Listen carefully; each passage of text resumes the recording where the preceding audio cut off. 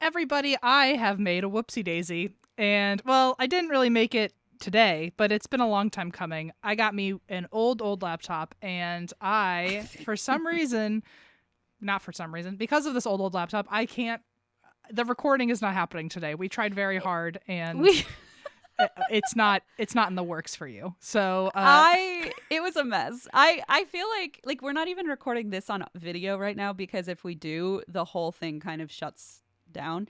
And we did like the speed test on the internet, like the internet speed test, and poor Ems was like 12 or something. Yeah. And Eva goes, mine's 575, and we were like, okay, well, I think either both of us need better internet, or at least you need a new computer. It's time I old yeller this laptop and take her out back. And so so I'm taking her out back, and then I'm going out front, getting in my car, and going to Apple to get a new laptop. I think you should bring it, because I think sometimes they do, like, you can get like a discount if you give them your old laptop. That's true. There are also, I would try that. Yeah. Okay. Anyway, we'll talk about that later. It's not important. Hi, folks. So what we did, we were like, oh, goodness gracious. We are actually, the reason we can't really reschedule is because we are planning a little fun thing for the future this week. We're traveling. We're doing our live show in LA, and then we're doing some fun, secret, surprisey, spooky things.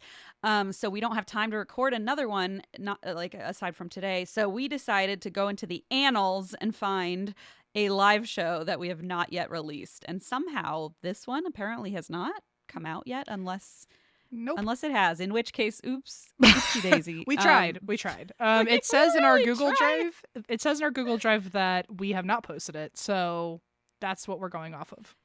And I will say I haven't listened to this in ages, so I don't remember off the top of my head right now what happens, but I do know that the show we're releasing, which is Houston, Texas, from 2019, was a show that Em and I somehow, because we had zero boundaries, agreed to do 2 shows in one night. And because so many people bought tickets to both shows, we decided to do different stories for each show. So we were, by the end of it, like, I mean, I was probably like 3 bottles of wine deep. It's going to be a doozy, whether it's the first show of that evening or the second. It was also our very first tour where we didn't know how to. Oh my God. This was probably before or right before we started like being so exhausted of each other, because this was our like 50 city tour or whatever. Yeah. And Houston, I will say also the vibe in Houston is always so outrageous. Like, it's easily one of our best cities. It filled our cups so quickly that I think even if we were really exhausted, I imagine the show's going to be like off the chain. Do the kids still say that? Off Probably the chain. Not. Well, I hope you enjoy this little time capsule 5 years ago. Yeah, and it's obviously it's why we drink, so that's a given. Actually, I have a different reason why I drink, which I know we're not recording our faces, but I'd like to tell you anyway. Oh, okay. Tell me, please. I bought a house. What? This is why I wish we were recording today. But I have to tell you, because when you come this week, we've already closed. I'd like you to see it. This is Christine's face right now. Don't move. So I can take a picture for everybody. There it is. That's a good one. That's going to be good for Instagram. What the fuck, Em? Are you serious? I sure did. Oh my God. Oh my God. Oh my God. Oh my God. It's been so long since we've announced big news on the podcast. I wanted to do it so badly. I'm going to cry. I'm so happy for you. Congratulations. I really wanted to tell you in front of everybody, but... Oh my God, I'm like crying now. Oh my God, congratulations. That's so fucking exciting. I wanted your reaction. Not to tell me? Thank you. I wanted to tell you when it was all done, so I can just say, I have a house. Oh my God. Because Allison and I have been texting, and like she must not have told me on purpose. Yes, I told her you cannot tell her. But anyway, would you like to see it? And then we can discuss it on our next episode. Yes, I'm like losing my mind. Oh my God, I'm so sorry. And I would have like recorded the video even with the lag if I had known. No, because it would have been such an awkward silence when I told you. You would have been like, I bought it. Yeah, I bought it. And I would have been like, a new fucking laptop. And you would have been like, no.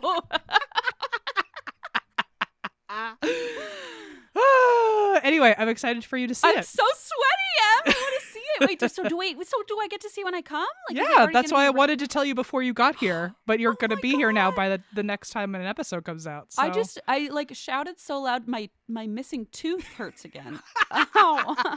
No, I bruised my jaw. We get the keys tomorrow. So if you want to. Oh my God, I need to oh my gosh. Wow. I need to process this. I'm so happy for you. So, second update about my internet. It will be different soon. Wow. So you are buying like a whole new life, my friend. Wow. I sure am. Wow. Yeah, I'm getting a laptop, getting a house. Life. Help me. I have no money left. Happy. Well, yeah, that's part of the That's part of it. That's it's how it been goes. very hard to not tell you. We've been doing this for like over a month now. So are you shitting me? Yeah. You really had me fucking fooled, because I feel like I've asked you within the last month like how things are going and stuff, and you've just not. I mean, not really like blatantly outright, but I think I've definitely opened the door for you to say it, and you didn't. So I'm like also delighted. This is obviously like off recording. Well, I mean, it doesn't matter, but I'm just telling you because I'm telling you. Eva has known for quite some time. What? Because Eva. You will see when you sneaky little witch. You will see. I'm warning everybody now, but we are going to be doing some construction on the house, and so I will be recording from a studio for probably the rest of the year. A studio, like a real professional studio. Like we're gonna have to rent space somewhere because I won't have the room. So Eva says Sneaky Witch is my middle name, and I'm like, careful, because that sounds a lot like Stinky Witch, and got a lot of these. I've got a lot of witches in my back pocket, I guess. Wow, I'm so proud of you. I'm so happy for you. That's such a big deal. I know. Well, Are you happy? I will be happy when the construction's over, but I currently am just scared. Wow, I'm so happy. It is scary, but it's a fun scary. Yeah. Anyway, I'm so we happy will. For you. I'll do the next reason why I drink next week will be the whole how we even found the house and all that. So I'm sorry that I just put my stupid hood on and started blabbing about Houston when you had really big news. No, I wanted to tell you. I didn't care how it happened. I just wanted to make sure I told you before.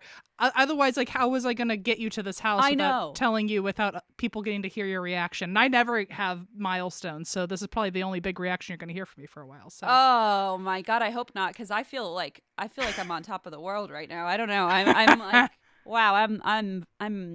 Woo! I'm thrilled. I'm so happy for you, because just folks, you probably like picked up on it, but like it's tough out there house buying right now, and has been looking for a long time. So this has been and there've been some ups and downs, and you know how it goes. Behind closed doors, we've been house hunting for a little bit now, and we've put in offers, and it hasn't happened. But this is the first. And I feel like a lot of my friends have been in that same boat and have not successfully managed it. So I'm really, really excited for you, Em. I will tell you all about it when I see you, but then I will tell you all about it again on the air so people can. We're gonna have forget the cockroaches are in the past now. Like I don't know how we're gonna. Well, I hope. Knock on wood. Oh my God, knock on wood. Oh, trust me, we're hiring every exterminator in the area. Yeah, you're like airtight sealing the house. It's actually knocking down the current house and just putting a new house there because.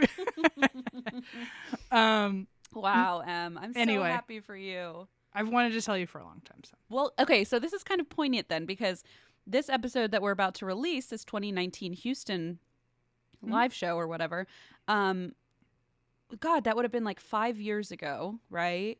So 5 years ago, so half a decade ago, and we were in such different places, mentally, physically, literally. I was still in LA. I didn't have roaches yet. You didn't have roaches yet. I didn't Pre-pandemic, there was a lot more of a star in my eye. Yeah. I was going to say, we had like a gleam, you know. I was so drunk before I kind of took stock in my potential drinking problem. You know, I hadn't discovered the magic of weed yet, you know, and wow, and like neither of us had bought a house, and now 5 years later, look at us go. I'm so proud of you. Homeowners. Wow, that's so exciting. I'm really happy for you. Anyway, I'm excited to show it to you. I want your opinion. Actually, this might work better because I get to tell the story of how it came to be, and then you can give everyone a that's right. Then I can comment it. I can add my own perspective. Oh, I'm excited. So that's why we'll drink next week. But it's why I'm going to drink right now. I can't wait. I have been wanting to tell you for a long time. Thank you, Eva, for keeping my secret. And thank you for finding me a recording studio because we are going to need it. So, oh, you guys. Anyway, I don't know how to end this. I'm going to Apple, I guess. Okay, well, I'm going to the Houston Improv to listen to my drunken self just like blab about a really probably inappropriate true crime that we shouldn't have been talking about on stage. But 5 years ago, you know, we were different people back then. So I hope you all enjoy it. And if not, I'm so sorry. But I promise we're trying over here. And we're going to get back to it next weekend, which is Mother's Day. So the next episode comes out on Mother's Day. A mother's wish is our regular programming. So a mother's wish is get a fucking computer. No, It sounds like you've had a lot on your plate that I did not even know about. So I am. You've successfully diverted my attention and my frustration into just excitement. So all I aim to do. Okay, good. Good. I'll see you in a few days at my house. I can't wait. Oh my God, I'm going to bring a housewarming gift. Oh, I'm so excited. Okay. I love you, and I love you even though you're a sneaky little witch. Okay, folks, I hope you enjoyed the show.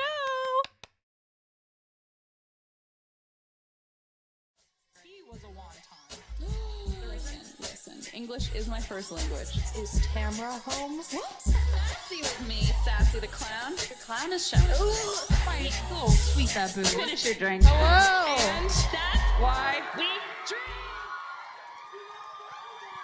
Holy shit. Oh my gosh. Hi, Houston.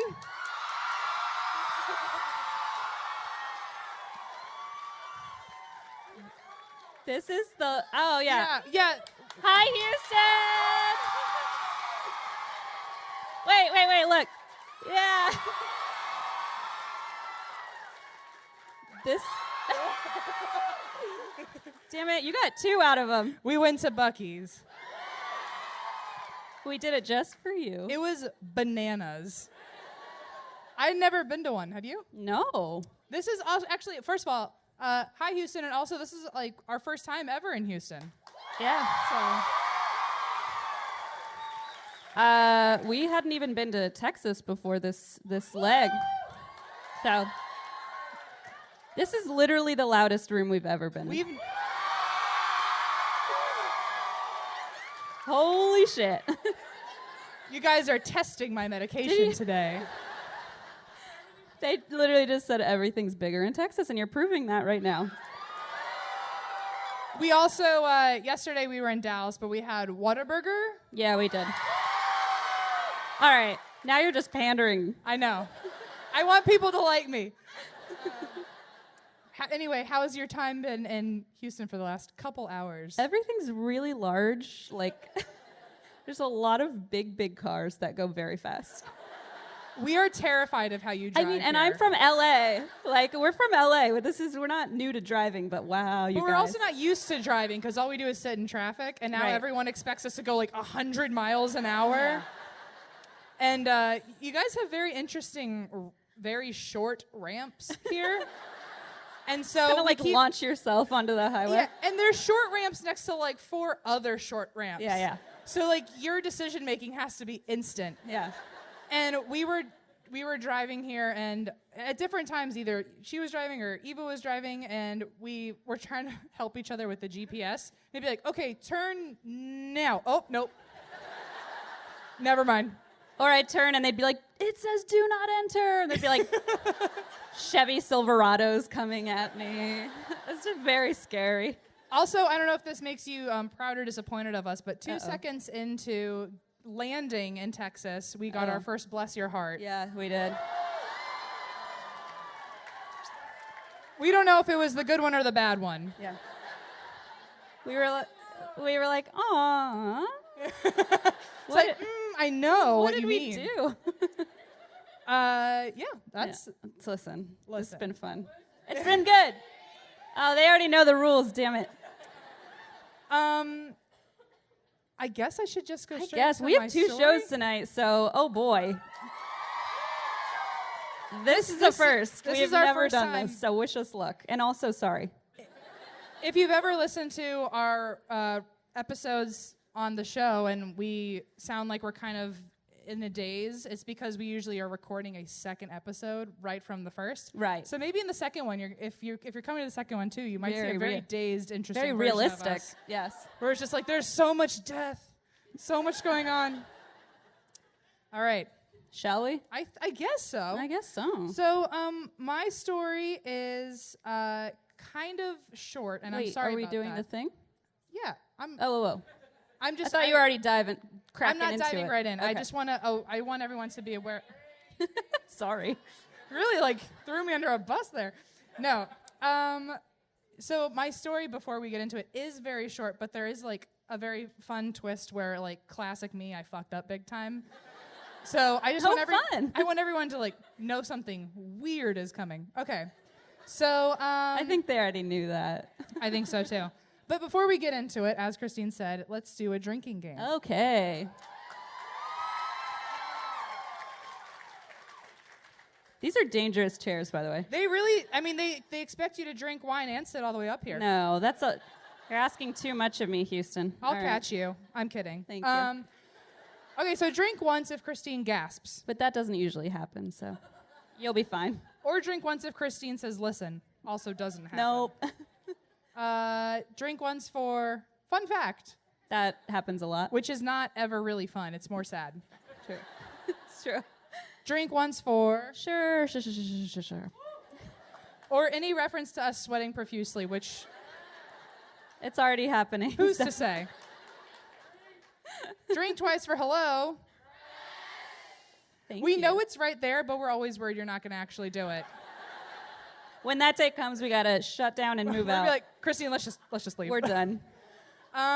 Drink twice if we talk about my sweet little baboo. You missed one. No, I it's just funny. Okay. You just didn't want to do it? I saw Gio's name and kind of blacked out, and I was like, oh. And thanks, Megan, should probably be an additional. True. Thanks, priests. There's a lot. Drink twice anytime we tell Eva what to do, probably guaranteed. That happens also. So if you can't tell, the goal is to get really drunk. So hope you're on your way. And usually we all win. Sorry, that was funny. So next up is something probably weird for you to see, but we're gonna get right into it. So I'm in charge of the slides, which means I wanted to like be really creative and visual in the beginning, and I was like, ooh, I'm gonna do pictures of milkshakes and wine, and it's gonna be really wild. And then I was Googling images of milkshakes and people drinking milkshakes, and this is what I got. So if you can try this at home. If you Google image people drinking milkshakes, this is what shows up first. And it's pretty precious, right? So if you erase milkshake out of the search bar and just replace it with wine and have people drinking wine, I had to see it, so do you.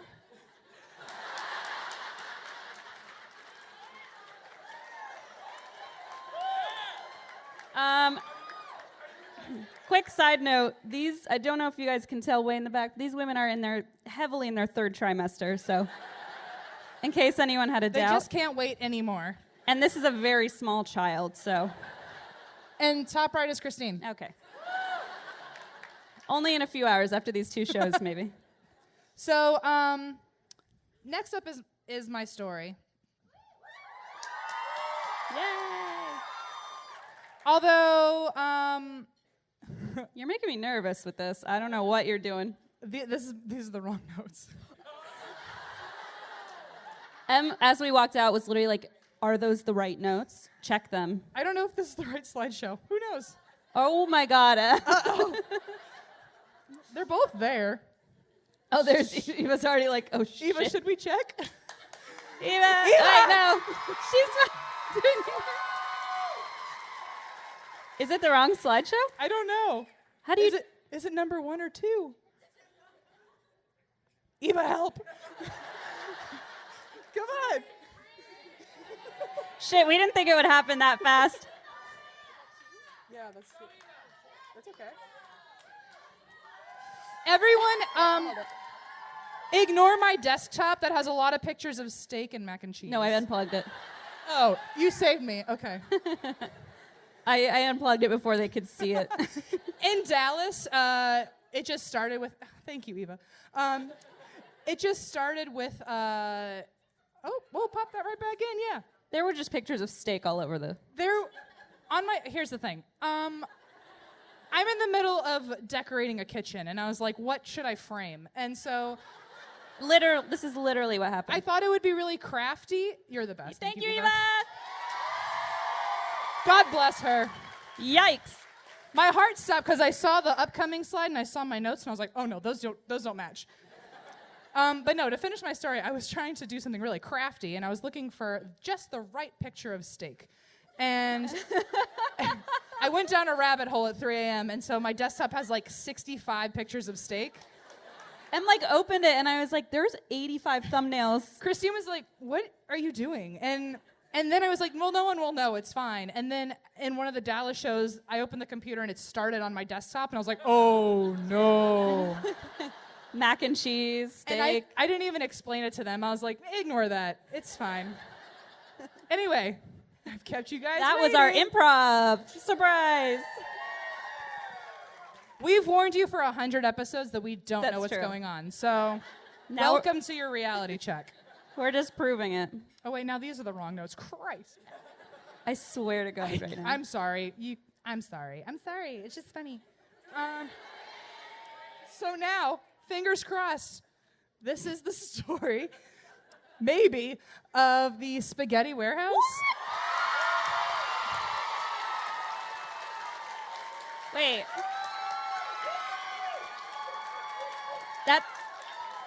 That sounds a lot like the Spaghetti Factory, like that restaurant. Sorry, God. I said nothing. For the record, I've never heard of either, so I'm sorry. I said I'm sorry. But now I know a lot about it because I read a whole lot of notes on this. So, going right into the spaghetti warehouse, not the spaghetti factory. Okay. This is the spaghetti warehouse. Thank you. Oh. Looks regal. It looks nice. It's so nice. Like So little nice. Geo. All right. God damn. We've like struck 10 for 10 here. We're just trying to get everyone really drunk so they don't have to remember What just happened? Right, yeah. So I'm just going to dive right in. This is apparently the most haunted place in downtown Houston. Ooh. And it was built in 1912, and it was originally a warehouse for fur pelts. So it starts way interesting. The building is important. Oh, this is a quote, by the way. I'm not just telling you The it's building important. is important. Sorry. Usually I move like the person in front of the sentence so I remember to say it, but that didn't happen. So his name is Jim Parsons, and he is the... Oh. Good old Jimothy. I didn't know anyone would root for him, but okay, cool. So Jim Parsons is the programs director for for Preservation Houston, and his quote is, "The building is important because Commerce used to be lined with Commerce Street, right? That's where it's on? Okay. Whew. You're doing great. 3 bullets in. The building is important because Commerce used to be lined with warehouses and because it was the first street that came up from the port when the port was at Allen's Landing. Okay. So this was like the first place where people actually went shopping for all of their stuff. For fur? For fur pelts, apparently. Oh, okay. Sure. After that, it became the Dessel Bocher? Look, you knew I wasn't going to be able to pronounce something. What in the world are you saying? Dessel... I mean, I don't know it. I shouldn't have criticized you. It's a produce warehouse is the answer to that. And it later became a pharmaceutical company. And at the time that it was a pharmaceutical company was the first death. Okay. On record. Who knows if there was more.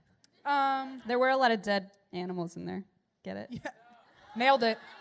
Sorry, I'm sorry. I take it For back. sure. Damn it.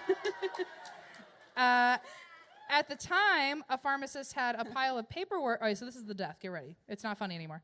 At that time, a pharmacist had a pile of paperwork on his desk, and he went to grab the stack so he could walk over to the stairs. He ended up wandering over to the elevator and wasn't paying attention, and he walked right into an empty elevator shaft. No.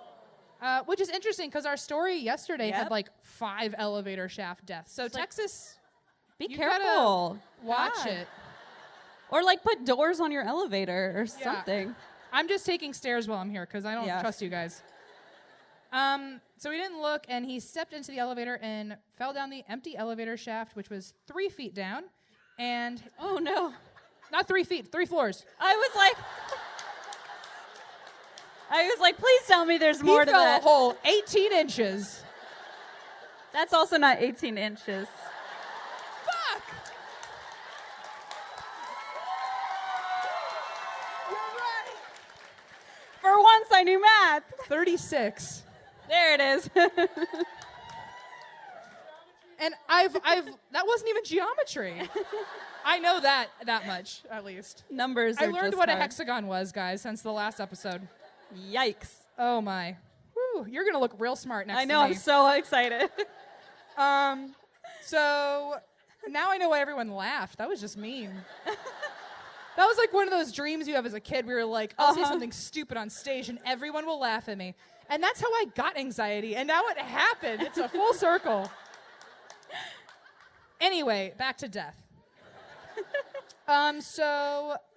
He fell all 18 inches apparently. Okay. Then his wife got worried because he didn't come home that night, and she was making his favorite meatballs for dinner. Oh, that's really sad.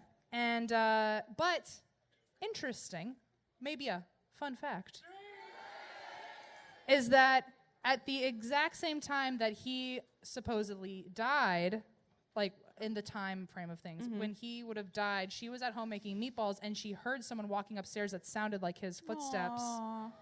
And she heard him coming downstairs, but then he didn't come downstairs, and so that was when she started wondering why he hadn't come home from work yet. Oh, that's really sad. And then she went to the office to see where he was or if he was held up late, and she found his, quote, crumpled body Oh no. at the bottom of the no. elevator shaft. No, no, no. She was so distraught that she died by suicide a year later. And so those are the first 2 official spirits Yikes. of the building. In 1974, it was bought by the Spaghetti Warehouse franchise and turned into this little ditty, this little number. I love it. I love it. That's the Oh, it inside is of a it. restaurant. Yeah, Sorry, I was very confused. just a warehouse of pastas. That's what it sounds like. No, it does. It does. I remember reading this, like I was looking up stories, and I saw Spaghetti Warehouse, and I was like, I don't know what that is. I literally thought it was like an Italian man's last name that just happened to sound like a pasta. Right. I don't know. Yikes. So inside the restaurant, there are, as you can see, at least you can at least see one of them. There are several antiques, including a chandelier from New York's Penn Station, Oh. a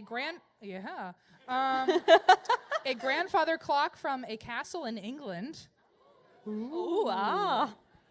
and a full-size trolley car that apparently, again, I've never heard of this franchise before, so true or false, this is like a theme in all the restaurants. There's a trolley car in each one. What? So there's a trolley car in every restaurant. But they all apparently have different names. So that one says Houston. I checked because originally one said Miami, and I was like, uh-oh.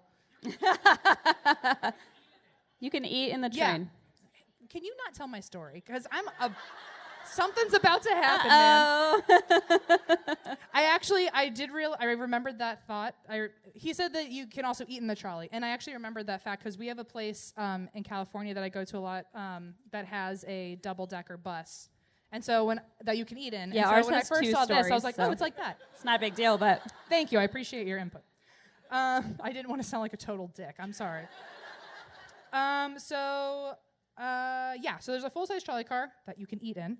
And there's apparently a top. At one point, there was a top and a bottom deck, but now there's only the bottom deck, so you can only eat in the bottom deck. But at some point, it was a double-decker bus. okay. So there's like stairs at some point, or they're whatever. fascinating. Do you like how like this isn't getting edited out for you? You're getting Eva isn't here to cut it out. Help me. So those are just 3 of like the bigger antiques, but apparently the whole place is just covered in an assortment of Cool. collections. And all of them happen to have their own spirits attached. Oh, good. So people, for example, people see apparitions of guests walking up the second floor, and when you get up there, it's empty.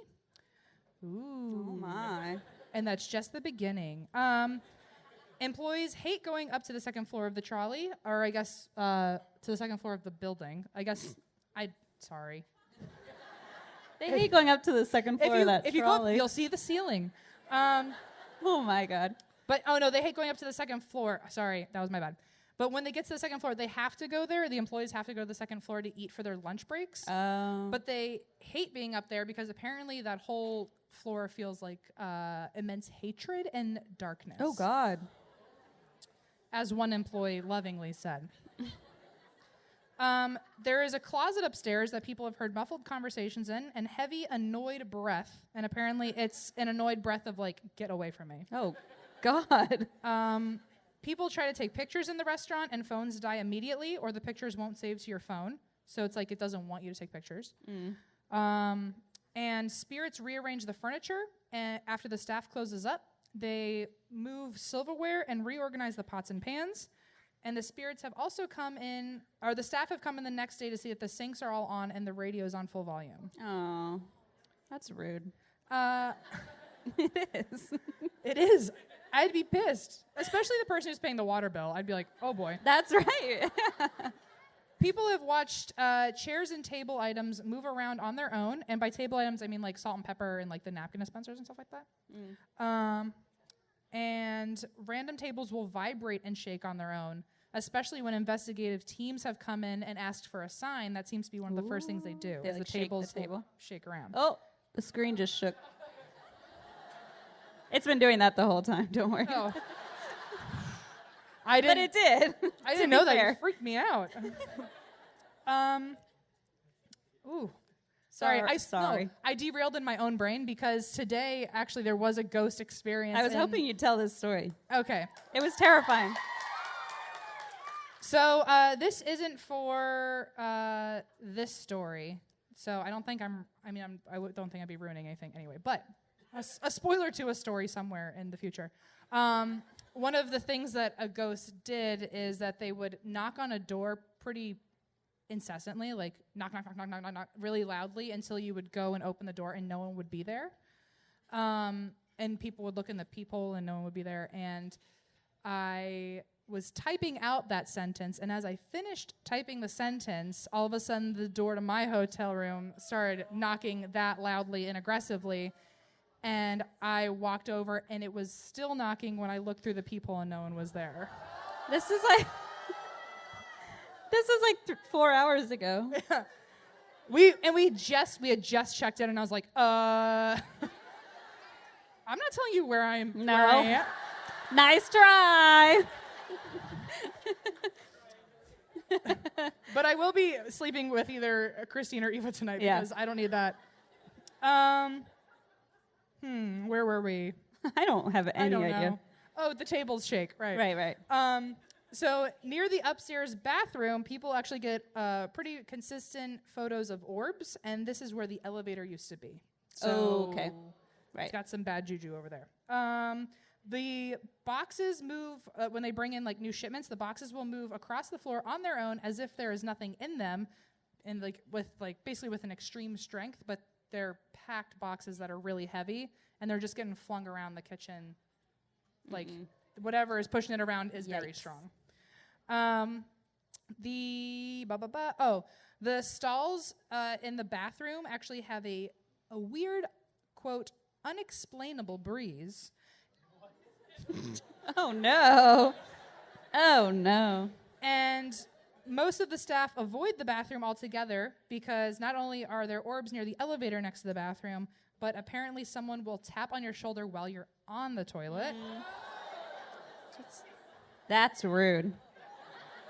Surveillance has also caught footage of shadows moving through the restaurant while the restaurant is closed, and staff have witnessed dishes being thrown off the shelves and tables moving into the air.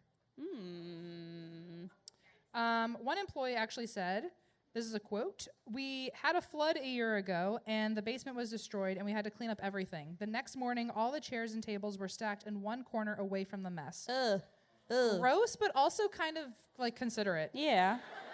So, like, at least you know you want your place clean. Very poltergeisty. There are voices of children, our favorite, in the upstairs rooms. And get this. So the most children voices, or the room with the most children voices, is the same room where one of the antiques that they've collected there is an urn cabinet Uh-oh. that was once used in an orphanage. Oh, my God. What? Why? Why would you want that? So it just holds a bunch of What is cremated the matter children. with people? Most of the spirits probably come into the building because they're attached to the antiques there. That's the main theory.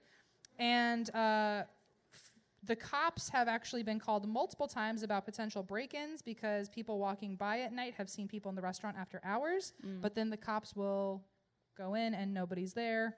And one time cops actually went in, and right when they were about to leave, someone turned a light on in the back. Ah! And so they were like, oh yeah, someone for sure is broke in here, and there was no one in the room. It was like a dead end. They couldn't have gotten out. So That's scary.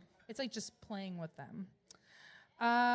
People will hear their own names being called from across the building, and the spirit of a man walks up and down the hall near the bathrooms, which also happens to be near the elevator, which means it could be the guy that fell into the 18 inches of the elevator shaft. The waiters have reported, I don't know who's a waiter here, but imagine this. Oh, maybe the waiters. But Could be. maybe. Tip your waiters. They have reported their shoelaces untying themselves, and even the shoelaces floating in the air after being untied to let you know that they've been untied by someone other than you. It's like, hello. Oh. I didn't mean to do that. The staff prefer to go upstairs in pairs, and they feel a heavy, angry presence staring at them, and one of them even felt a hand grab their arm. One employee has seen a wicker basket levitate off the ground, hover, and then gently place itself back down. Good. I don't know if that's like a threat or A wicker I'm basket. impressed. I don't know how to take it. I don't know. There's nothing as neutral like a wicker basket. That's very true.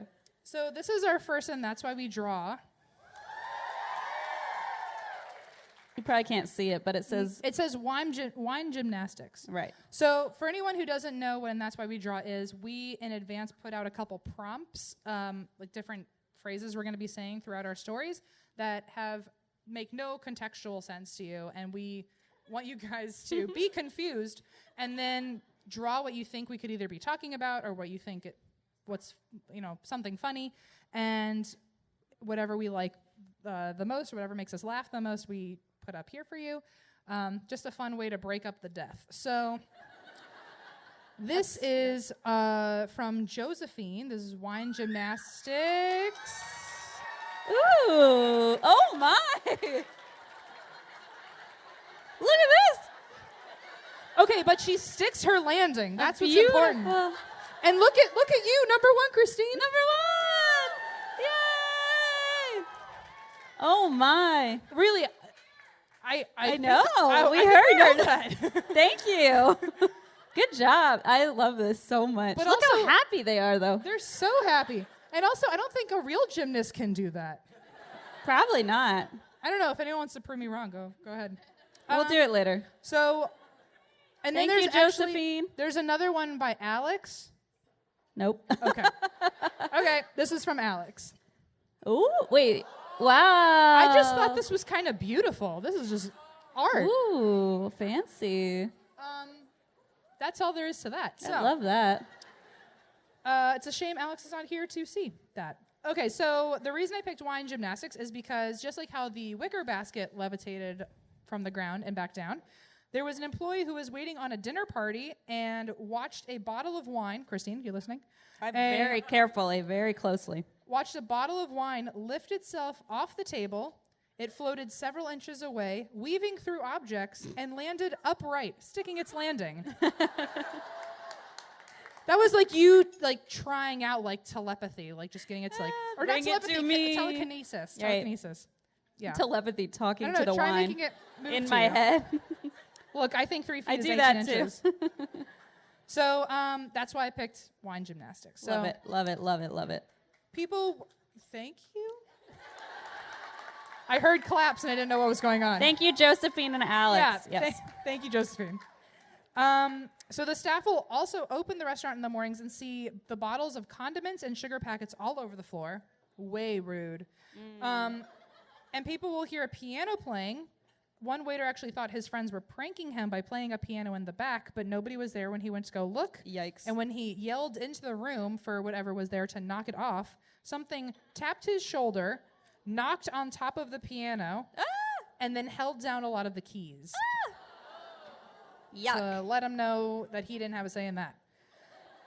There are also reports, this is very odd, but there are reports of pennies on the ground. If they're sitting on the ground still, they will just fly off into multiple directions by themselves. And the only reason I can think that that happens is because I know copper is supposed to be one of those things that affects something about paranormal energy. Like you're supposed to keep pennies with you when you go investigate. Really? Fun fact. I didn't know that. But so because it did say only pennies. If you leave a bunch of coins on the ground, only pennies will get moved. Okay. Maybe it's easier for them to. They're move. like, fuck your pennies. Where's my quarters? Toss them away. So the next one is Paranormal Kitchen, Ooh, I like that. and we got quite a lot of interesting things for this one. But this was my personal favorite. This was from Lauren. Whoa! Holy shit! Is Lauren here? Yeah, that's you. Thank you, Lauren. Thank you for the Ooh. nightmares. Thank you. So I'm really loving it. It's terrifying. We should someone tag him in this later. Please do. So obvious. I mean, I've already said a couple things about why I would call it a paranormal kitchen or why I would use that phrase, because a lot of things, pans are getting moved around and condiments are getting moved around. People have witnessed pots and pans clanking together for no reason, like I said. And also there is a fridge in the kitchen that they just put food in to chill until it's needed to come out. And can you tell I'm not like part of food That's what service at all? refrigerators are usually I know for. like, there's like what a refrigerator is, but there's apparently like a specific one just to like put salads in until they need to get pulled out and Okay. stuff. I know I sound like a rampant I idiot didn't say today. anything. So in the refrigerator, that thing keeps things cold. Right. I'm following. The manager has a story that she went into the fridge to grab 3 different salads, and before she could actually grab the salads, they all got thrown at her face. Oh. Which is just the worst. That's like terrible. plate and all. Yikes. Yikes. So people hear voices in the kitchen in the early morning and Fuck late your at night. salads. Sorry. What? Fuck your salads. Where's my pizza? I'm sorry. Keep I going. mean, we both know that would be us as Fuck your as pennies. ghosts. Fuck your salads. Be like, if it's not steak on my desktop, I don't know. No? So people hear voices in the kitchen when they're opening or closing, so early morning, late night, and they hear sounds of food being cut and prepared, even though the chefs haven't started working yet. And they will hear the fridge doors slamming all at once. And employees have worked there. The employees that have worked there long enough have seen a whole lot of things and eventually start refusing to talk about their experiences because there's so many, and I guess they don't want to sound crazy. Okay. Until I show up. Yeah. And I'm like, tell me it all. The second floor is the scariest part, like I said, where everyone feels some sort of demonic presence, it seems. Staff try to make the new employees go do the tasks up there so they don't have to go. Sure. And that being said, though, the manager makes sure in interviews to say that the restaurant calls whatever's there spirits, not ghosts, because ghosts they sound, I guess, to the manager, to the ear of the manager, ghost sounds like a meaner word. So they say spirits to like respect them, Okay. which is nice. It's like, Yeah. I mean, whatever works. I mean, Seriously. I'm not gonna judge you trying to keep ghosts happy. Here, I'll take got it. Okay. So I think this was one of the employees said, quote, "I don't come in the mornings early and I don't stay late. It's just weird. I don't ever want to be there. I don't even come in during the daylight hours by myself. I'm always with a buddy. It's like, why are you working there? Yeah, that's no. That's a lot. That's a lot of not wanting to be there. Another employee has said, I've seen a spirit in the front window, and it never hurts us, but it lets us know it's there. I don't like it at all. A lot of people like really stoked to work here and hate it all at the same time. Yeah.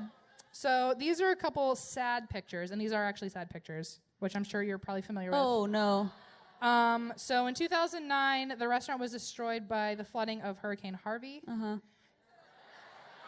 Wrong? What? What's that? 2017. 2017. Why did I put 9? Oh, I know why. You'll find out in a second. Sorry. I know. Listen, are we surprised? So the restaurant, 2017. Yikes. Michael Kim, you'll find out why I actually had 09 in a second. Michael Kim, who is the president of Spaghetti Warehouse, has a quote that says, Spaghetti Warehouse faced a turbulent and uncertain future after the catastrophic flooding caused by Hurricane Harvey, including the destruction of the longtime Spaghetti Warehouse home in the downtown Houston area. It has been a very difficult circumstance, but we really wanted to come back despite the many challenges associated. So that being said, and this is supposedly the picture in the bottom right. This is the picture that they found all the tables stacked on their own. Oh, no. Okay. So that's pretty wild. So now, in this year, Warehouse 72 is opened or being opened. One of the two. Being opened. It said sometime in 2019, so I didn't know what that meant. I looked it up, and everything says, like, some says it's, like, already open. I think they're just pre-gaming. So. With spaghetti. That's my way to pregame. Yeah. So Warehouse 72 is being opened, and it's a reinvention of the old Spaghetti Warehouse, and the new menu is going to still offer all the classic dishes that everyone loved and all the signature dishes that all the chefs loved that were from Spaghetti Warehouse, but this time they're going to be adding new meals, including pizza, brisket, and short ribs. Oh, wow. Next door to here? Wow. Pretend I you knew nail that. it or what? Pretend you knew that. Yep. All I right. knew that. So, why did I say 09? Because I meant 1909. Because You were so close. Listen, I'm like very aware that there's no recovering from anything that I've done so far. But it's fine. Your It's cool. only hope is that I do worse, which is entirely possible. So, the night is young. Listen, we've got a while to go. So, how could I be more stupid is the question you're asking, right? Well, here's the answer. So I got a lot of my information about the ghosts, and I was like, wow, some of this doesn't really add up. What's going on? And it's because the thing that you really hated on Christine for earlier, you're going to hate me too. Shut up. I thought they were the same thing. I told you. So I thought... We're going to get booed off I thought stage. that some of the stories were from the old spaghetti factory. For someone who's never been to either, they sound awfully alike. They do. And so, anyway, like this is my version of an apology. I'm also going to tell you the ghosts about the old spaghetti factory. That has nothing to do with Houston. Well, where's that? Where's that? It's in California. Holy shit. I feel like I was couldn't like, feel I thought that dumber. was a California thing, but Well, look at the mountains. That looks like home, right? yowza. Okay. So I hope you guys can forgive my... At least you get something out of it. You're going to get even more ghost stories. So I said 2009 earlier because what I meant was the old spaghetti factory. The building was built in 1909 as a 5-room schoolhouse for 1st and 11th graders. 1st through 11th graders, not just like the two. That's quite a discrepancy. Either you're 6 or 16 and that's it. Oh my God. Guys, just wait till the second show and I'm gone. You got a whole night with me. So it was built in 1909 as a schoolhouse for 1st through 11th graders, and it was the only school in the area until 1925, and that's where things started like not clicking to me. Because I was like, wasn't this a produce place like for 15 years during that time? And How did you end up with this? Like, was it like Houston, California? No, like I think I just typed in. This is exactly what happened. I Googled haunted spaghetti restaurant. And then I've told you a million times, I just go through the first 3 pages of Google, and that's what happened. It all combined. Okay, fair. The keywords are there. You're right. I tried my best. And it gets really dark really fast, so I hope you guys had a good time just now. So it was a schoolhouse, and then nowadays, as the old spaghetti factory, there's a private dining room downstairs, which was actually the principal's office when it was a school. And there is a painting on the wall that nobody removes because apparently it is a haunted painting on the wall because that part of the wall is where the principal hanged himself. Oh, no. Where children may or may not have discovered his body. No. Allegedly. Yikes. There was also a fire at one point in which 4 children died. Oh. Including a little girl who died from falling down the stairs trying to escape. Stop. When she fell down the stairs, she broke her neck. Okay. Once the building was closed as a school, some of the teenagers that had gone there tried to break in, and because it was a break-in, the police came and thought that they were there for more dangerous reasons and actually shot and killed one of the kids. Holy shit.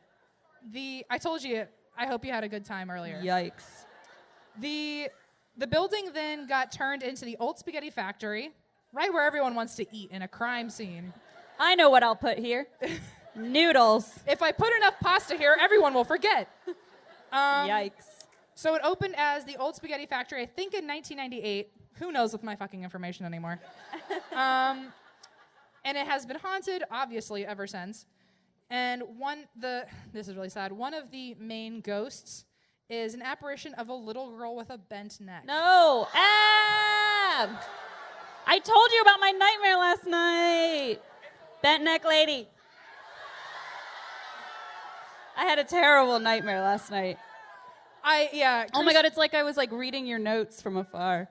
I swear to God, you guys have not, gosh, I know I'm in Texas. Sorry, I had a panic attack there. Woo, that was close. No one heard through this microphone. So we've pre-recorded a lot of episodes that haven't come out yet. So I don't think you've heard it just yet, but there are several episodes in a row where we're creepily psychic. And the things that we're bantering about in the beginning are actually like my exact story. I like dream about. It's very weird. Yeah, it started with the Tesla episode. Yeah, Tesla. Or the Project Pegasus. Tesla. Yeah. But so, I mean, earlier today I was reviewing my notes and I remember the girl with the neck, and then I saw Christine and I was like, "Oh, how was your night?" And she's like, "Well, I had a dream that this like girl's neck like ripped in half." And I was like, "What?" Actually, the dream was that this girl was crawling under bus seats and her neck went all the way back. Bus seats like a troll. Okay, now I'm stretching. All right, now I'm pushing it. So anyway, I didn't sleep much. Let's just put it that way. That was basically I said, "How did you sleep?" And she went, "Not well." It's like, do you see my face? Okay. So because mainly children were the ones who have died in this building, children are the main spirits at this place where you hear running around upstairs, you hear laughing, giggling, and you hear them playing together. You hear like pieces of board games clacking, but there's no board games. So at least they have that. Yeah. I mean, yeah. The staff feel their pant legs being tugged on like a little kid. And not all anymore, though, because the waiters regularly feel being tickled and or pinched. Yikes. And I don't know which is worse. Yikes. Some of the waiters have also seen condiments disappear at this restaurant as well, so they do have a little Venn diagram sliver in the middle. The ketchup that ties it all together.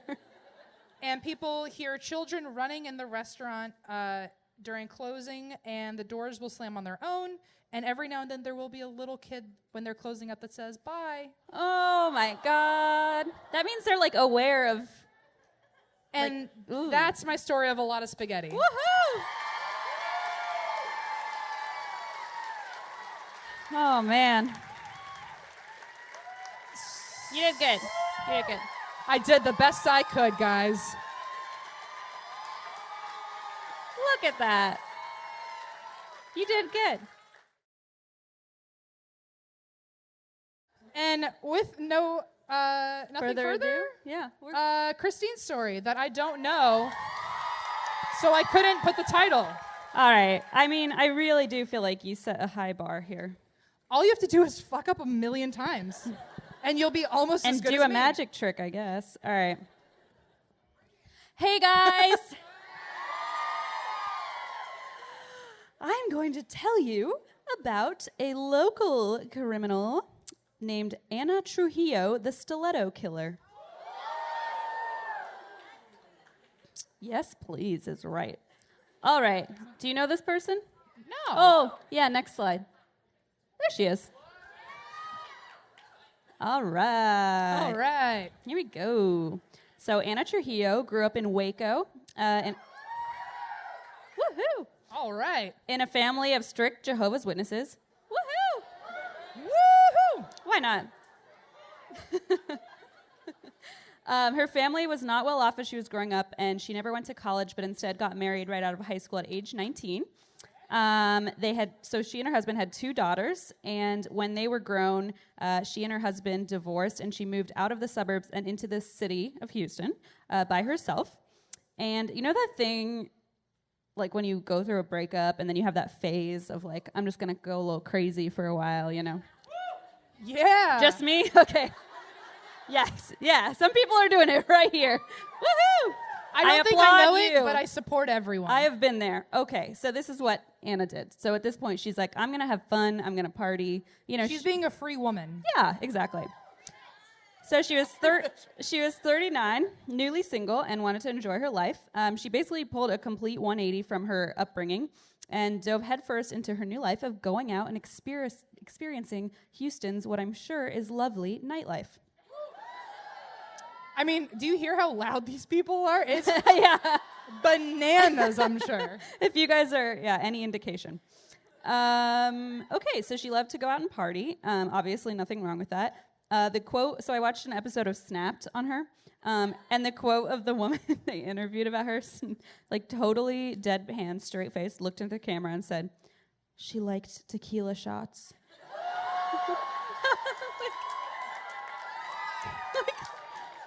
I watched it maybe 85 times. It was like sad music under it. I can't wait until like your documentary when everyone's like, God, that bitch loved wine. It's like a slow-mo of me walking on stage with a bottle of wine and like sad music playing. Yeah. So you get the idea. So as we said, cool. You love tequila? Go for it. She loved getting attention from men as well. She was newly single. But here's where things kind of went off the rails. So she had moved to the city, but what I didn't tell you is that she didn't actually have a place to live. So what she would do is kind of meet people in bars and like drift around from house to house, like staying with strangers. No. Yeah. So she would meet men at bars and restaurants and then, stay over at their place. And because of that, she didn't have a place to live, which again, you do you, but it is important to the story. So because of that, my first And That's Why We Draw is called a never-ending slumber party, because this sounds terrible to me. I just want to go home, but she was always out at a slumber party. So this is called a never-ending slumber party, and this is by Samara, and I just thought it was very well done. It's well done. Is Samara here? This is just so well done. So it says, OMG, your hair is so thick. We're so cute. Anyway. And then later she said, I realized after I did it, I should have done like you, Em, and Eva, but it was too late, so. What are you talking about? That's me right there in the snuggie onesie. Yeah, that's true. Complimenting my hair? Yeah, I doubt it. Your hair is so thick. Sarcastically, maybe. And then I have one more by Jenny, who I think is here. No, maybe? Oh, no, she's not. Just kidding. And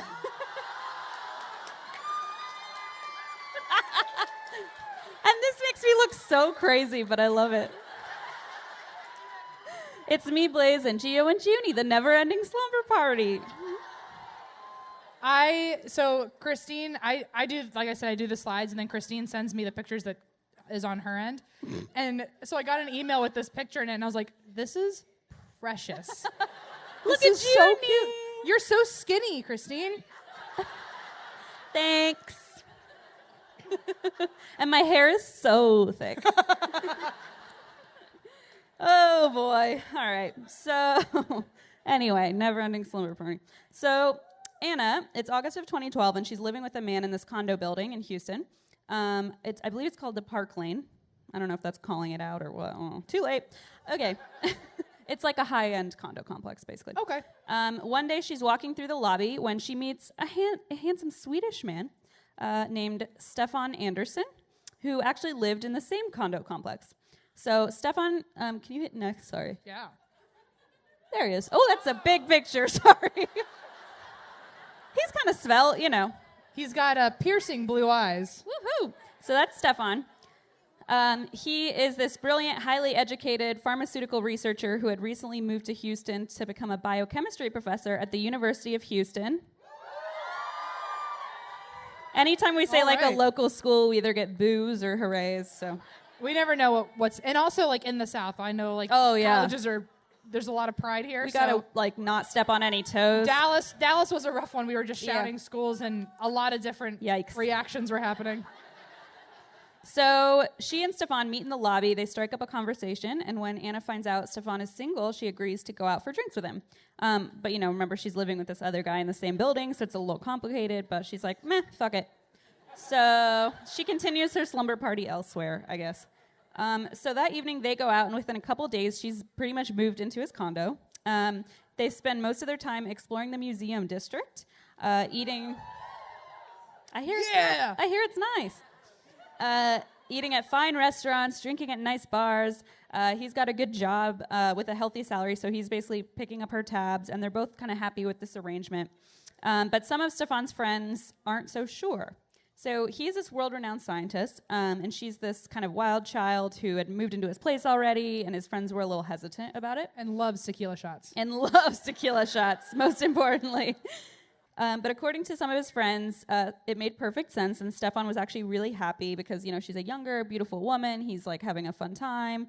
He's showing her off. He actually told one friend that he'd met a hot Latina woman. And that he was really enjoying their time together. So they seem very happy, right? It's about to not be that way anymore. Okay. In case you didn't know what show you were at. Okay.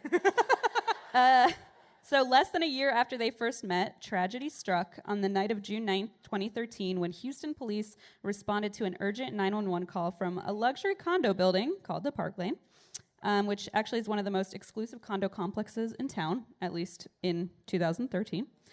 It was Anna calling to report that her boyfriend, Stefan Andersson, had just assaulted her.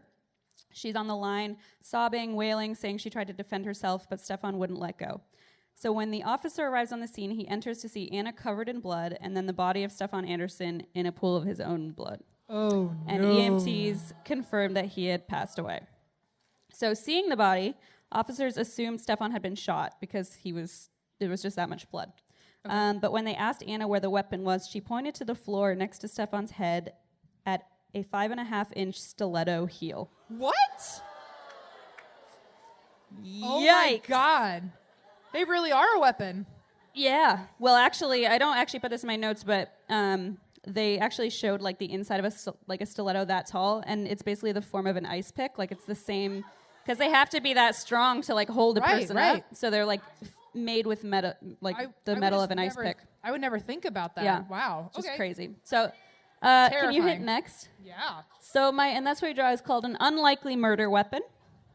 And this one is by Jackie, who I think is here actually. Yeah. Hit next. Oh, there. It's a bowling ball. And it is an homage to our And That's Why We Drink bowling team. And my skull bowling ball that I'm very proud of. We have a lot of bowling things involved in our show. When it's like neither of us have a passion for it, but I started the bowling team at my high school. Oh, right. I'm sorry. Because I had a crush on Ian Morton. I was forced into the craft. So when questioned, Ana says her relationship with Stefan had started well but had turned abusive. She said Stefan had a dark side. He was obsessive, kind of bordering on stalking. But the worst, according to her, was his drinking problem.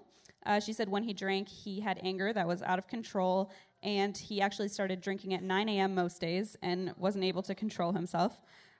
She said it had gotten so bad that she had actually left and gone to Mexico for an extended vacation just to get away from him for a while and kind of let the relationship cool off. So she said a few months later, Stefan had stopped drinking and was doing so well that when he asked her to marry him, she said yes.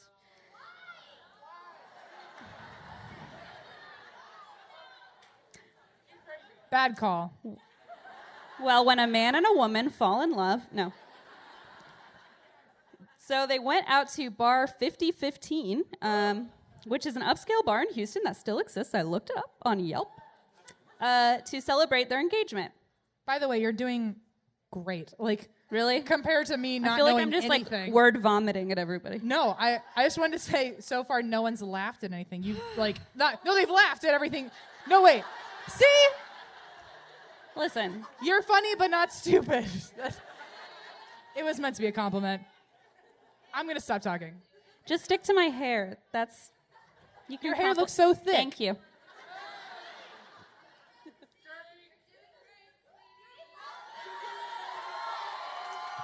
I love you guys. Thank you. Oh boy, there's a lot of people here. Okay. So they go out to this bar, right? Still exists, Yelp, yada yada. So Stefan, despite having recently become sober, as we remember, was actually drinking that day. And they had a nice time until apparently he snapped. And I was watching Snapped, so I think that's why they chose that wording. Just a hunch. I'm not. Just On a guess. Snapped, they talked about someone who snapped. I know. Imagine that. Who could have guessed? That's what I said. When they got home, he accused her of flirting with other men at the bar. She tried to leave, but as she turned for the door, he flew into a rage, grabbed her and held her down, choking her until she grabbed the closest thing she could reach, which was her shoe, and hit him in the head until he stopped moving and she was able to call 911. So, obviously, in the eyes of the law, this is justified. Self-defense, domestic violence. She did what she... Go Texas. They're like, okay, girl, you did what you had to do.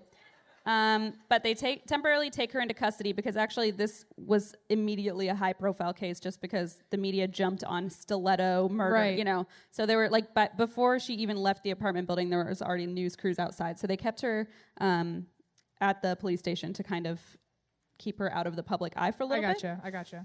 And the first step in checking out her story was to photograph her body for any evidence. And she takes off her clothes, and there is not a mark on her. Not a scratch, not a bruise, nothing. Oh. And this is a little startling because, you know, she's saying he choked me, I couldn't breathe, I almost, right. you know. So they're like, okay, that's a little odd, you know, but whatever. So red flag a little bit. And meanwhile, they looked at Stefan, and he had been struck at least 25 times, with the shoe. And they also found puncture wounds on his arms, his hands, in other words, textbook defensive wounds on the palms of his hands. Oh, no. So that was a little odd, too. They were like, if he was holding onto your neck, you know, why are his hands full of marks? And then the techs made an interesting discovery at the scene of the crime. All of the bloodstains were about 2 feet from the floor, suggesting the opposite of Anna's story, that Stefan had been on top of her. And actually, the blood spatter indicated that the wounds had been inflicted while he was on his back. And she had blood soaked in the legs and crotch area of her jeans, indicating she was straddling him as she attacked him. Oh, no. So, whatever did happen, the story that she told, there are some discrepancies, flaws. Yeah. Yes. So, at least the story that he was holding her down as she fought back was patently untrue. So next, they interviewed Stefan's friends and family to kind of like get a feel for what their relationship was like. It turns out he really did have a drinking problem and had been to rehab. But where Anna said he was an angry, violent drunk, his friends said he was mild-mannered, lonely, and gentle, sometimes a little depressed. But they did have something interesting to tell about Anna. Ooh, a fun fact. A fun little fact. That is not very fun. Just like Never you are. said. Never Yeah, are. Never are. It turns out she had been actually arrested twice already for driving under the influence. She had been driving the wrong way down a major freeway in Houston, although to be fair, I almost did that today. So Not our fault. It's Texas's fault. I'm just to say. Her own friends explained that she didn't handle alcohol well. She became a different person and was a heavy drinker. She was often kicked out of bars for public intoxication. She would fight, attack, hurt people. Several of her ex-boyfriends actually testified that she had bitten them, hit them in the face. One she hit in the head with a candlestick, and he was sent to the emergency room, but he didn't press charges. Oh my God. Yeah, not good. Wow. Not okay. a good history. Right. So when she and Stefan got together, basically both of their friends said it was just a disaster waiting to happen because he was mild-mannered, he was gentle, kind of passive, and she was kind of, loud and aggressive. Was he a sweet baboo? He was a sweet and a smart baboo. Oh, okay. So I had to get it in there. Sorry, guys. yeah. It was the only thing that on the drinking game I don't it think does was feel covered. a little weird to call a 6-year-old man a sweet baboo. I did it anyway. So. I said 60, if anyone misheard that. Okay. So, let's see. That is not in the game. Don't you dare. Okay. Okay. Oh, wow. I'm really lost here. We were at Sweet Baboo. Yeah, you really derailed me with that one. You were saying he was a nice, gentle man. Okay, sure. So, sure. Damn it. This is probably the first time we've ever hit every single bullet on that drinking game. Oh, right. So they were a terrible, just not good for each other. So he was kind of a pushover.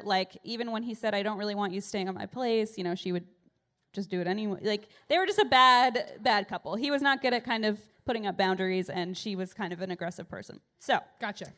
his friends started to notice that he would often come to lunch or dinner with black eyes, and he had to start putting makeup on when he went to work because he would come in bruised. And things get even more wild. After a few months of living together, Stefan had realized it hadn't been a good idea after all. Really? I heard a little bit of huh. Yeah, you're right. I didn't really catch that until I said it out loud. But, like I said, he had a hard time kicking her out. And at the start of 2013, it basically took management at the condo building to confront him about Anna's behavior because neighbors were complaining for him to actually confront her and say, you need to leave. This is not working out. They're going to kick me out of my condo, basically. So that was the last straw. And instead of an engagement, as Anna had said, he actually kicked her out, changed his locks, and revoked her guest privileges. So really not the story she was telling. And then he paid for her to go to Mexico just to get her away for a while. Not the other way around. And they proved all this with, receipts and things. Sure. So he had finally started to move on. He was happy kind of getting back to his normal self. But when Anna came back from Mexico, she developed what Snapped called a slightly disturbing habit. Oh, no. Of showing up at all the same bars and restaurants where he would be day in and day out. Otherwise called stalking Snapped, but okay. Right. And rather than fight her on it, he kind of said, well, she needs help. She needs my support. She doesn't have a place to live. Poor and guy. so He was so close. Yeah, regularly he let her stay with him and paid her. He was still paying her tabs this whole time. No. Yeah, not good. Not good. It's okay. She It's basically. not, but poor guy. It's okay. I'm just He, feeling like if you were comforted- here, I'm like, it's okay. Sweet baboo. She's sweet baby. Basically, she continued to live off of him this whole time. She'd still sleep there at his place whenever one of her other, friends would kick her out, which seemed to happen often. Less than 24 hours after Stefan's death, Houston police booked Anna on murder charges. It only took 24 hours for them to realize her story was complete bogus. Obviously, this was highly sensationalized, like I said, because of the whole shoe thing. Right. You know the shoe thing, right? Yeah, that guy, yeah. The ice pick in the heel, apparently. Yeah, right. The giant weapon on your feet. Yeah. Never mind. Okay. So the media went wild. She, at this point, is going on all these talk shows to kind of put her story out because she knows the trial's coming and she wants public opinion on her side. So she's going on all these talk shows and saying like he was, a terrible person and he hurt me and all this stuff. And that Stefan, wrong. Finally, 1 on Christine. Man, 20 on me, but 1 on Christine. I was so close. Right, so she was telling her defense story on TV, but the prosecution didn't buy it. They presented evidence suggesting Ana hadn't been fighting in self-defense after all, like I said, and that Stefan himself had never even fought back. They also called a witness to the stand, a cab driver who had driven both of them the night of the murder back to his condo. What? Ooh. And she was also on Snapped. Oh, wait, really? Yeah, she was interviewed in the show, yeah. Oh, wow, okay. So she was a witness in the trial. Her name was Rosemary Gomez, and she testified that the night of the murder, Ana was aggressive, belligerent, angry, and drunk. She even cussed out the driver, refused to pay, got verbally abusive with her, then screamed at Stefan on the sidewalk. And Rosemary actually had to ask him if she wanted him to drive him somewhere else or call the police, and he said, no, it's fine. But still, good girl for Yeah, asking. no. I mean, she noticed something was wrong, and he said, no, it's fine, we'll be okay. Poor guy. So at her sentencing on April 10th, Ana finally took the stand. She hadn't taken the stand at all, actually, because her defense was very confident in her case. Didn't go well. Sorry, spoiler alert. But when she did take the stand, it was not to apologize. It was to awkwardly reenact the fight. Oh, no. With her lawyer. Oh, no. Yeah. She demanded that the jury give her the minimum sentence, which was 5 years. And despite the fact that the jury hadn't believed her self-defense claims, she described and reenacted the struggle for over 7 hours. What? 7 freaking hours. And they didn't ask for that, did they? No. She just kept going. Yeah. All right. Crazy. It That's was fine. really wild. So she talked 7 hours of and they said it was like just this like, she was talking herself in circles, and like the lawyer would come up and she'd, do the same motion over and over again. And Snapped might say she had a disturbing little habit. just a little one, Right, a tiny little baby habit. Okay, so surprisingly, shockingly, this did nothing to impress the jury, and they said, I would be pissed. Like, I went to a big, I want to go home. 7 hours? Are you freaking kidding me? And they sentenced Ana Trujillo to life in prison on April 11, 2014. She will be eligible for parole in 2043. Okay. Yes. Good. After she was, I get it. Listen, I get it. After she was sentenced, Stefan's niece made a victim impact statement. She said she was sorry for what Ana's family had to go through, which was, very touching. Right. And after both sides of the family had made impact statements, they all got together and kind of hugged it out and said, it wasn't your fault, and Aww. they are both kind of comforted by that to this day. That's so bittersweet. It is, yeah. And they were all just very kind of conscientious of the other families' feelings, and yeah, it was really rough. Very nice. Yeah. In a really horrible way. Yes. Yeah. Yes. So I do have a little horoscope for Ana. I have a little bit of advice for this Pisces. Well, it's Yeah, and for you too. All the Pisces in the room. well good. It's not too late for her to change, so Eva's a Pisces. I know. Eva, listen. You're a Pisces, that's all. Yay! Oh, she's like, what do I need? She's What do like, you need? oh my god, is the slideshow still fucked up? No. Oh, boy. All right, Pisces. Listen up, Eva. The planetary arrangement makes it possible to really appreciate just how supportive and wonderful your current or prospective partner is. Even if you don't always see eye to eye, you're usually able to make up and forgive each other. Perhaps it would be a good move for you to show your gratitude and do something extra special to make your sweetheart feel really wanted and needed today. She did not listen to my advice. Let's put it that way.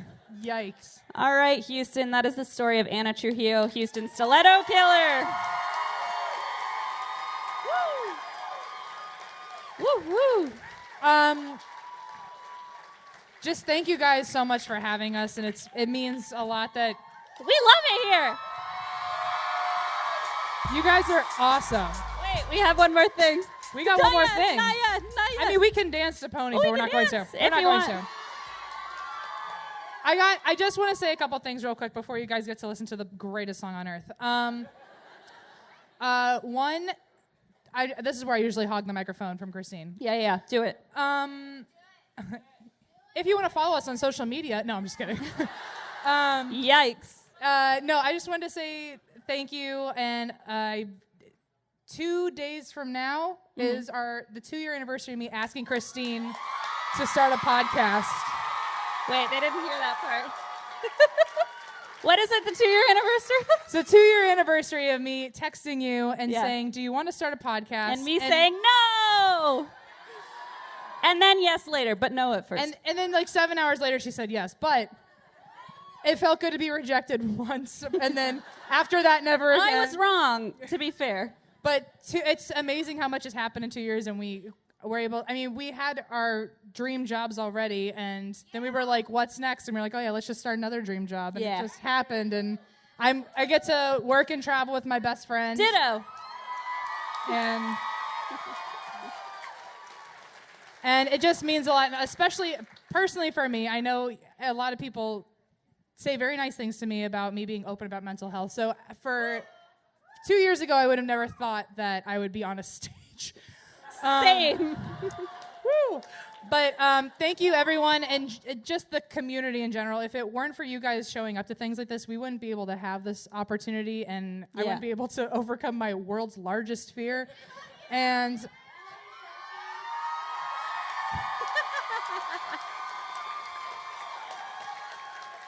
I just want to say I love you, Christine. Thank you for the last 2 years. And I love you, Houston. And that's why we drink. That's why we drink.